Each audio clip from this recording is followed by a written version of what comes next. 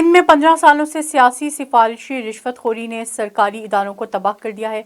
दादू शहर में दादू म्यूनिसिपल दादू public health की कारकर्दगी शहरियों के सामने है।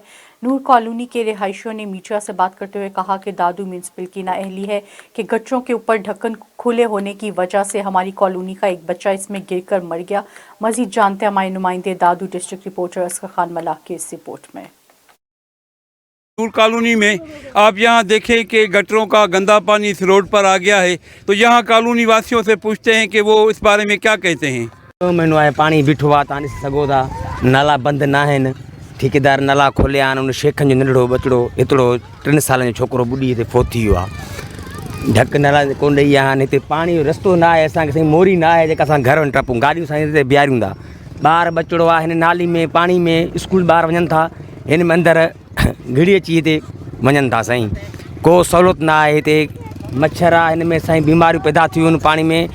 जेका साईं बरसाति जो पाणी बीठो आहे, 3 महीनो आहे बरसाति जो पाणी में सम्झी बीठो आहे साईं।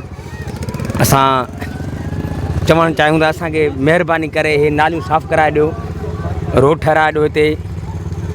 ईअं आहे हुनजी हालत आहे। परियों हे जेको नालो हुननि ठाहियो आहे न, उहो बंदि आहे, माना थोरो सोराख अथसि, थोरो काशे किचिरो अची वञे बंदि थी थो वञे। ढक नयो आहे, अचनि केर बि नथो, न त ॿिए ॾींहुं 3 ॾींहुं 4 ॾींहुं 5 ॾींहुं। हाणे हितां ॿार बचे वारो, हाणे सामान वारो लंघे कीअं, को ॿार किरी पए छा छाची पए या पाण किरी पए तिरकी पए गाॾी, न कंहिंखे बि अहसासु न आहे। क्या मुतालबा करते छा हैं आप? हे जेको पाणी आहे किनो गडरनि वारो इहो निकिरे, मच्छर गंदगी थी वई आहे, इहो पाणी महिरबानी करे इहो कढाइजनि असांखे। ऐं ॿियो नालो आहे साम्हूं, इनखे थोरो खोलाइनि परते तकलीफ़ न थींदी। उहो जो निकिरी वेंदो न पाणी, निकिरी वेंदो मज़े सां। उहो ॾाढो बंदि आहे, हुनखे को बि केरु नथो अचे, केरु अचे त ॾिसे न, अचे ई नथो, केरु बि नथो अचे। हे हालत आहे पाणी आहे, ॾिसो हिते केतिरो पाणी आहे किन किचरो। सफ़ाई कराए ॾियो, गंदगी लॻी पई आहे, किचिरो आहे, मच्छर आहे, मलेरिया आहे, नंढड़ा नंढड़ा ॿार बीमार था थियनि, हिते मलेरिया घेरो करे वई आहे। महिरबानी करे पाणीअ जी सफ़ाई कराए ॾियो। रोड आहे, रस्तो आहे, अचण वञण जी तकलीफ़ आहे, का सहूलियत न आहे असांजी कॉलोनी में।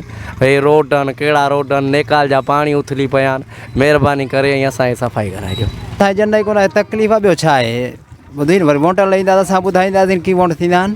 हे तकलीफ़ आहे, रोड किथे ठहियल ई कोन्हे को, ॿुधी न गाॾियूं अचनि वञनि पंहिंजो ज़ुल्म लॻो पिया। ॿार बचो असां वॾो परियों खणी तेल महांगा लॻा पिया, काॾे वञूं सूरन में। तो क्या कहेंगे आप? इसमें यो गंदगी आहे, धप आहे, ऐं 2 ॾींहं पाणी बीठो आहे, माण्हू होॾां फिरंदा आहिनि रेल ॾांहुं। रास्ता बंद हो गया है। रास्ता बंद हो गया है, गाड़ियूं किरनि थियूं, खड्डा बि आहिनि हिते।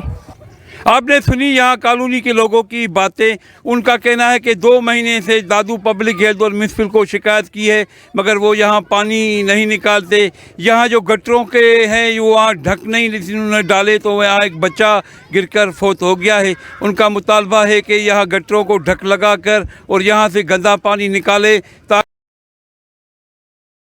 शुक्रिया असगर खान मलाह।